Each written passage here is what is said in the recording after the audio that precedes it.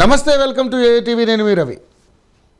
తెలంగాణ రాష్ట్రంలో హైడ్రా చాలా ప్రతిష్టాత్మకంగా తీసుకుని ప్రభుత్వం ముందుకు నడిపిస్తుంది. హైడ్రా అంటే ఎక్కడైతే చెరువులు, కుంటలు ఆక్రమణకు గురై వాటి మీద అక్రమ నిర్మాణాలు నిర్మించారో వాటిలన్నింటికి కూడా చిక్ పెట్టే కార్యక్రమం ప్రభుత్వం చేపడతా ఉంది.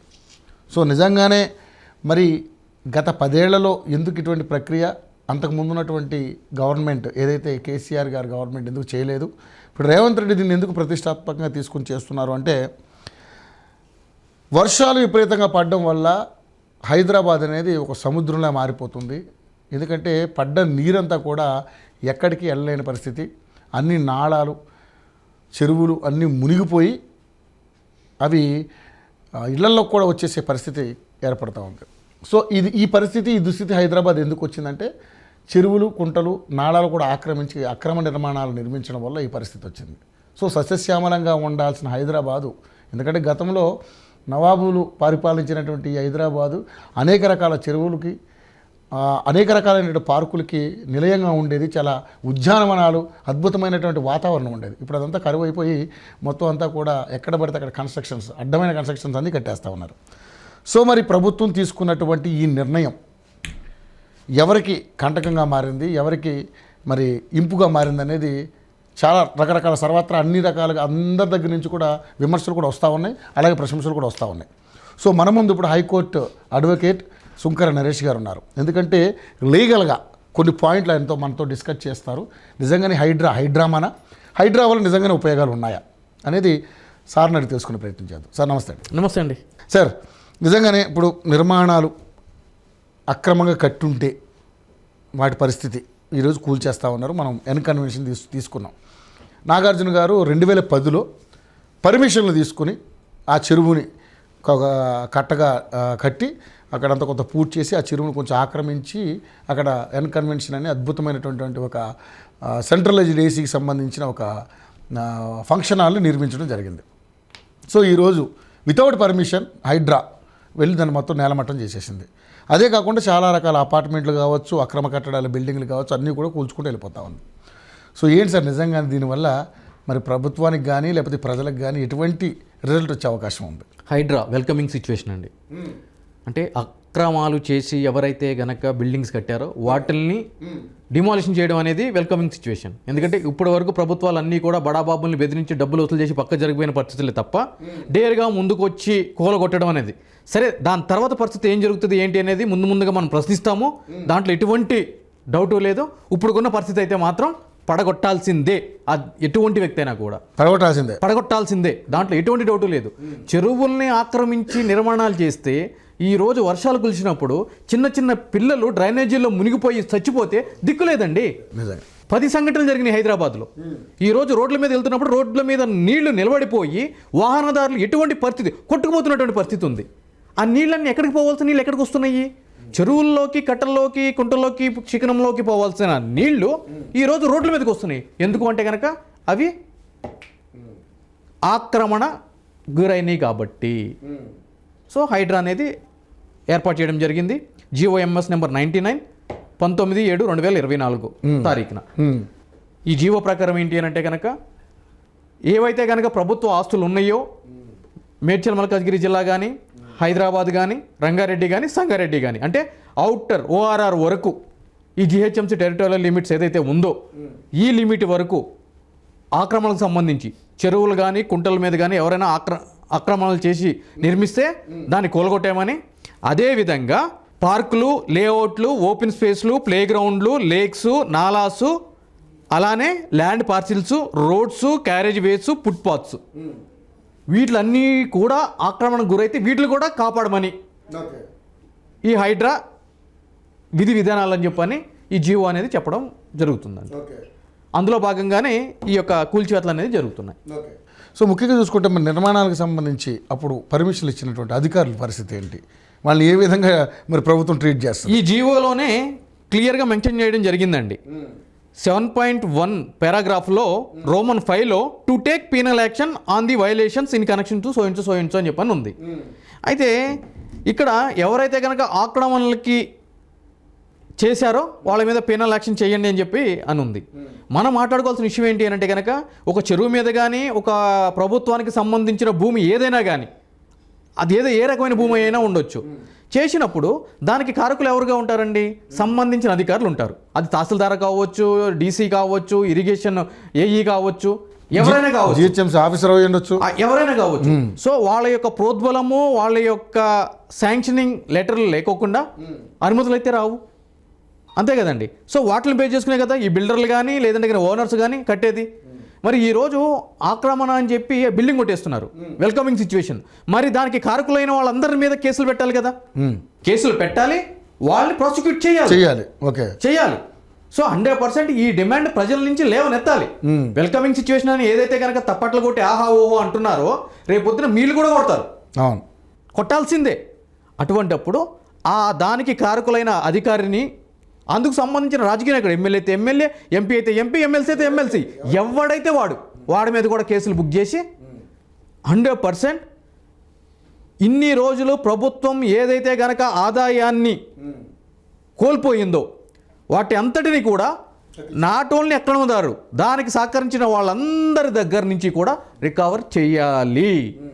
ఓకే, చేయాల్సిందే. సో మరి ఇప్పుడు ఏదైతే రికవరీలో వచ్చిన భూముల పరిస్థితి ఏంటి?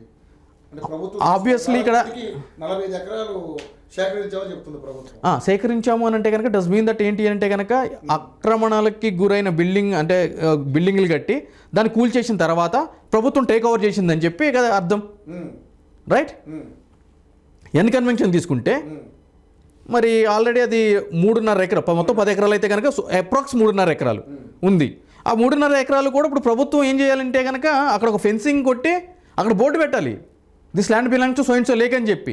లేదంటే కనుక అదే పొక్లైన్ బుల్టేజర్ తీసుకొచ్చి ఆ చెరువును తవ్వాలి 3 ఎకరాల్లో, అంతే కదండి. వాటర్ ఫ్లో కావాలి అన్నప్పుడు చెరువును తవ్వాలి కదా, తవ్వాల్సిందే కదా. సో ఇమ్మీడియట్ డిమాండ్ ఏంటంటే కనుక అక్కడ చెరువును రీస్టోర్ చేయాల్సిందే ప్రభుత్వం. ఏదో కొట్టేసినంత మాత్రం సరిపోదు, మనం డిమాండ్ చేయాల్సింది ఏంటంటే అక్కడ లేక్ని రీస్టోర్ చేయాలి అర్జెంటుగా. అక్కడే ఒక్క దగ్గరే కాదు, ఎక్కడైతే కనుక వీళ్ళు ప్రభుత్వం అంటే మిగిలింది టేక్ ఓవర్ చేసుకున్నాము ల్యాండ్ అని అంటున్నారో అదంతా చెరువులకి బఫర్ జోన్కి ఎఫ్టీఎల్కి సంబంధించిందే కదా, అదంతా రీస్టోర్ చేయాల్సిందే కదా. రీస్టోర్ చేయకుండా అట్లనే ఉంచితే ఏమవుతుంది? మళ్ళీ ఆక్రమణకు గురవుతుంది. మళ్ళీ నిదానంగా జనాలందరూ మర్చిపోయిన తర్వాత మళ్ళీ వేరే ఒక టాపిక్ వస్తుంది, ఆ టాపిక్ డైవర్ట్ అయిన తర్వాత లేదంటే కనుక ఏదో ఒక హీరోయిన్ ఇష్యూని ఏదో బయటకు వస్తుంది, లేదంటే ఏదో పొలిటీషియన్ ఇంకొకరితో ఏదో వివాహేతర సంబంధాలు ఇవన్నీ బయటకు వస్తాయి. జనాలందరూ దానిని పరిగెడతా ఉంటారు, పక్కింట్లో సెక్స్ అంటే బాగా ఇష్టం కాబట్టి జనాలకి, ఇది మర్చిపోతారు. ఇది అదనంగా తీసుకుని వీళ్ళు కట్టడం మొదలు పెడతారు. అవును. సో చేస్తున్న ఈ కార్యక్రమాన్ని పారదర్శకంగా నిష్పక్షపాతంగా వ్యవహరిస్తూ చేయాలంటారు. ప్యారలల్గా ఓ పక్కన కొడతా ఉండాలి, ఓ పక్కన తవ్వుతూ ఉండాలి, ఓ పక్కన కొడతా ఉండాలి, ఓ పక్కన తవ్వుతూ ఉండాలి. చెరువులన్నీ జలకళ మంచిగా పాత రోజులన్నీ వచ్చేయాలి అంతే. సో ఇప్పుడు అంతటి పరిస్థితులు ఉంటాయంటారు, ఎందుకంటే దీనికి ఒక మంచి పని చేయాలంటే రకరకాలైనటువంటి సమస్యలు ఉంటాయి. మరి చేస్తున్నారు, గవర్నమెంట్ అయితే టేక్ ఓవర్ చేస్తుంది. సో దీని నుంచి మరి ఏమైనా ప్రెజర్స్ కానీ అలాంటివి కానీ ఏమైనా వస్తే ఈ 2 రోజులు తుతూ మంత్రాన్ని ఆపేస్తారంటారా? అంటే ఇప్పుడు ఆల్రెడీ చేస్తున్నారు కదండి. ఇప్పుడు ఏదైనా సమస్యలు ఉన్నాయి అంటే ఏదైనా ఒక ఆలోచన వచ్చినప్పుడు ఇంప్లిమెంటేషన్ ఎంతవరకు సాధ్యపడుతుంది, సాధ్యాలని చూస్తారు. ఆల్రెడీ ఇంప్లిమెంటేషన్కి వచ్చేసింది కదా, కొట్టేస్తున్నారు కదా. ఈరోజు మార్నింగ్ కూడా కొట్టేశారు. వాళ్ళు ఏదో లబోదిపోమంటారు, మాకు హైకోర్టు స్టేటస్ కో ఉంది, అది ఉంది, ఇది ఉంది, ప్రభుత్వం మాకు స్థలం అడిగింది కానీ మేము ఇయ్యలేదు, ఈరోజు వచ్చి కొట్టేసింది, ఏం చేసుకుంటారు చేసుకోండి, కంటెంప్ట్ చేసుకోండి అని అంటున్నారు అని చెప్పి అనడం జరుగుతుంది.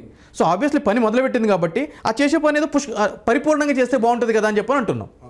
సో నిజంగా ఇప్పుడు ఎన్ కన్వెన్షన్కి సంబంధించినటువంటి చెరువు ఏదైతే ఆక్రమణకు గురైందో దాన్ని మొత్తం కూడా మళ్ళీ తవ్వించాలి నీట్గా. ఎగ్జాక్ట్లీ. ఆ 3.5 ఎకరాల చెరువు 3.5 ఎకరాలు కంపల్సరీ చూపించాలి. మ్యాప్లు కనిపించాలి, మన గూగుల్ మ్యాప్ ఓపెన్ చేస్తే మళ్ళీ అక్కడ చెరువు కనిపించాలి, ల్యాండ్ కనిపించకూడదు. ఓకే. సో మరి నిజంగానే నాగార్జున గారికి అప్పుడు ఎవరు అన్ని పర్మిషన్లు ఇస్తేనే కానీ ఆయన చేసుకున్నాడు. సో జిహెచ్ఎంసీ పర్మిషన్ ఇచ్చింది, పవర్ వచ్చింది, దానికి వాటర్ వచ్చింది, అన్నీ వచ్చినాయి. కానీ ఈ 10 ఏళ్ళలో ఏం చేస్తున్నట్టు ఎవరు ఎందుకు అధికారులు పట్టించుకోలేదా? అయితే ఇక్కడ మనం చూసుకున్నట్లయితే కనుక టెక్నికల్ ఆస్పెక్ట్స్ కూడా కొన్ని ఉన్నాయండి దీంట్లో. ఎటువంటి ఆస్పెక్ట్స్ అంటే ఈ చెరువుకి సంబంధించి అసలు చెరువు యొక్క యాక్చువల్ ఎక్స్టెంట్ ఎంత, అంటే దాని విస్తీర్ణం ఎంత అనే విషయంలో దీంట్లో చాలా అంటే అధికారుల మధ్యనే ఒక క్లారిటీ లేదు. హైకోర్టుకి నాగార్జున గారు వెళ్ళినప్పుడు కూడా క్లియర్గా దాంట్లో పొందుపరిచింది అదే. ఎందుకంటే ఆ చెరువుకు సంబంధించి క్లారిటీ లేదు.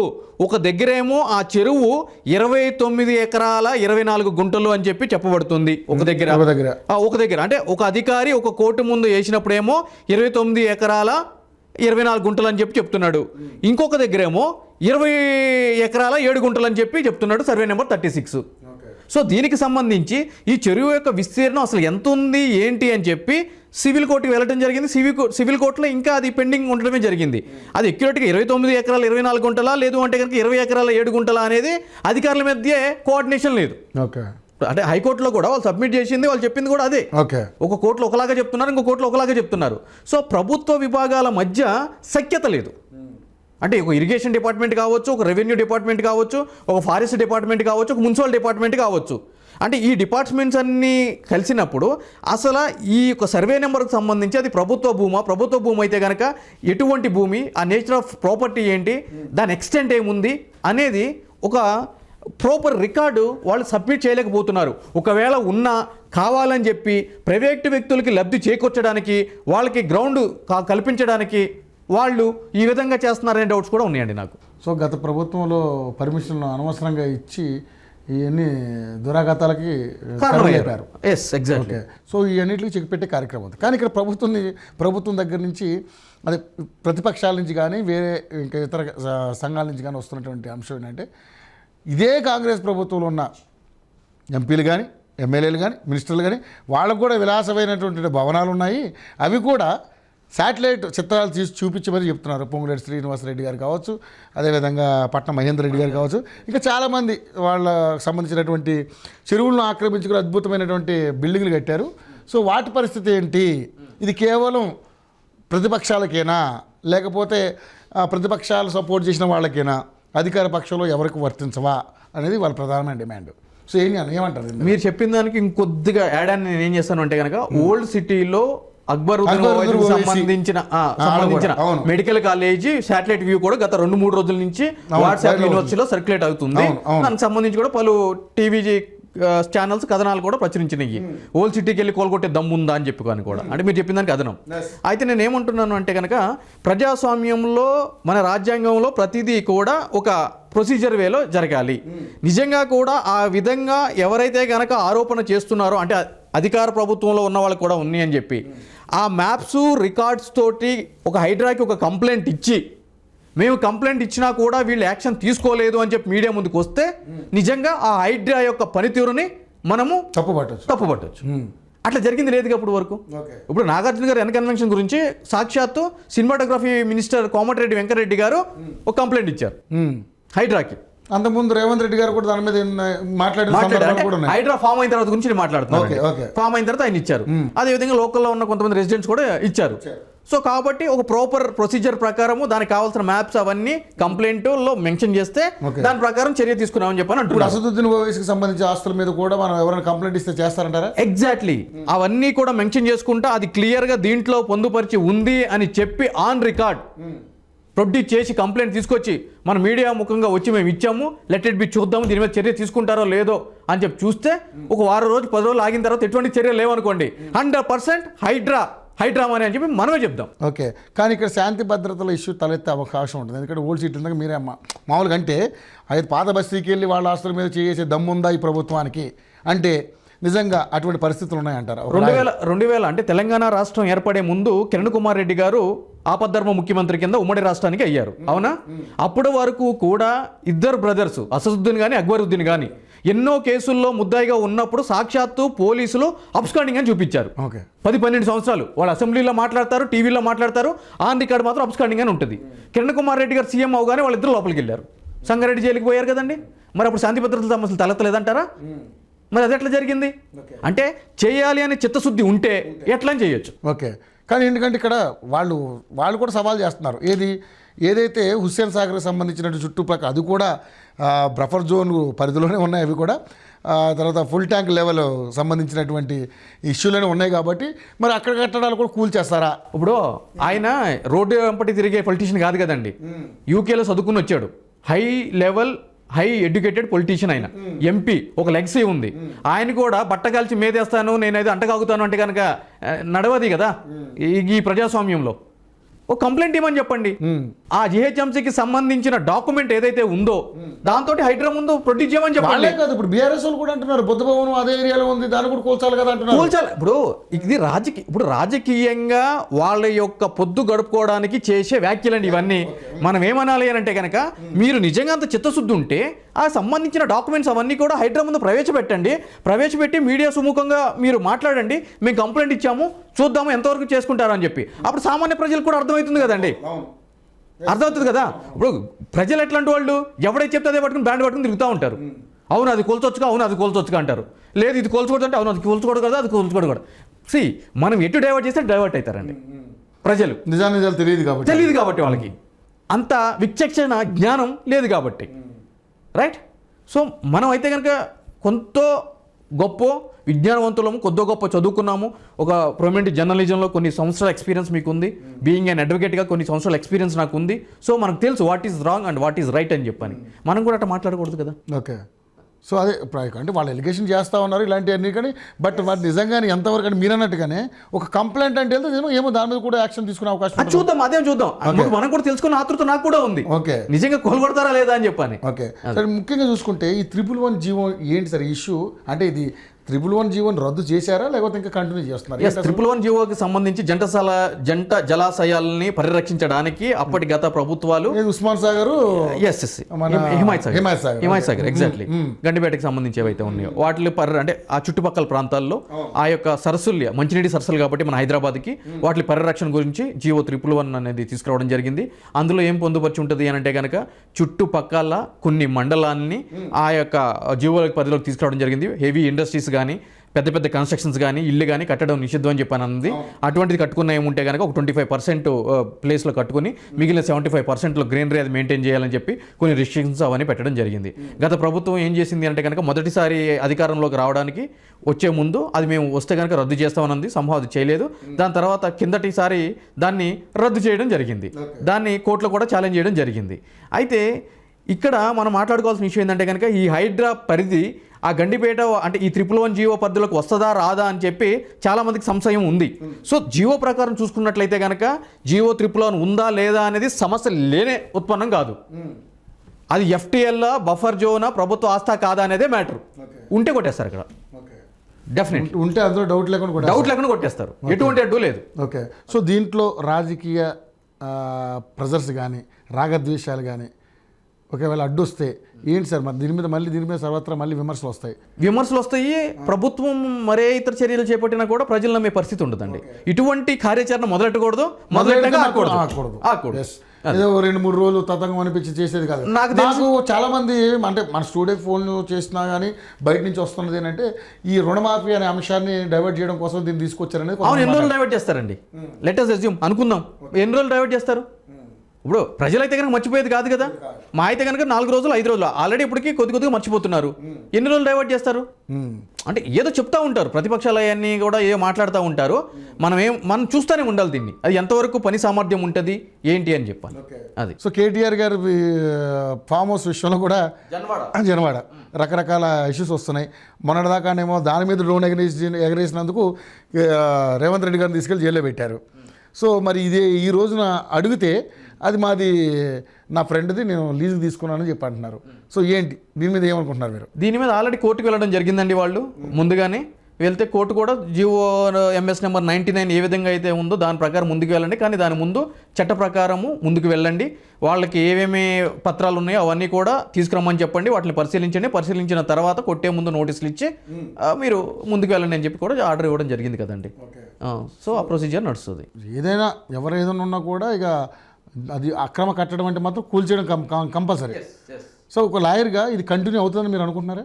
బీయింగ్ అన్ అడ్వకేట్ దీంట్లో కొన్ని టెక్నికల్ ఇష్యూస్ ఇబ్బంది ఉందండి. సో ఈ జిఓఎంఎస్ నెంబర్ 99ని కొన్ని పార్టీలే వేరే వ్యక్తులతోటి ఛాలెంజ్ చేయించి దీని మీద కొన్ని ఆంక్షలు విధించే విధంగా చేస్తారు అని చెప్పి నాకు అనిపిస్తుంది. సో మరి నిజంగా ఇప్పుడు చాలా మందికి అన్యాయం జరిగింది, కొన్ని కట్టడాలు కూల్చేశారు. సో వాళ్ళు సాదాసీదా పీపుల్, ఏదో ఈఎంఐలో అపార్ట్మెంట్లు కొనుక్కొని కట్టుకుని నివాసం ఉంటున్న వాళ్ళు. సో బిల్డర్ చేసిన తప్పుడు వీళ్ళు ఎందుకు శిక్ష అనుభవించాలి? వీళ్ళకి ఏం న్యాయం జరగాలి? ఒకటి అంటే పూర్తిగా అవుట్ సైడ్ మనం తీసుకోకూడదండి. కొన్న వాళ్ళు కూడా తెలుసు అక్కడ ఏం జరుగుతుంది ఏంటని చెప్పని. రవి గారు కొన్నారు కాబట్టి నరేష్ కొన్నాడు, నరేష్ కొన్నాడు కాబట్టి వెంకటేష్ కొన్నాడు, వెంకటేష్ కొన్నాడు కాబట్టి మహేష్ బాబు కొన్నాడు. మీరు కొన్నారు కాబట్టి నేను కొన్నాను కాబట్టి వాడు కొంటాడు, అంతే తప్ప డాక్యుమెంట్ ఏంటి ప్రాపర్గా ఉందా లేదా అవన్నీ తెలిసినా కూడా నాది కొడితే కొట్టరుగా, కుడితే అందరితో కొడతారుగా.